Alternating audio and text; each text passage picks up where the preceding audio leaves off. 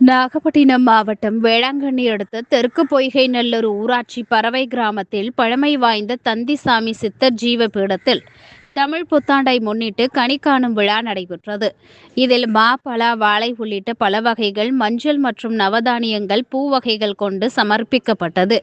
பால், பன்னீர், சந்தனம், பஞ்சாமிர்தம், இளநீர், கரும்பு சாறு உள்ளிட்ட 18 வகையான திரவிய பொருட்கள் கொண்டு அபிஷேகம் செய்யப்பட்டு தந்தி சித்தருக்கு சிறப்பு அபிஷேகம் செய்யப்பட்டு மகா தீபாராதனை காண்பிக்கப்பட்டது. இதில் திரளான பக்தர்கள் கலந்து கொண்டு சுவாமி தரிசனம் செய்தனர்.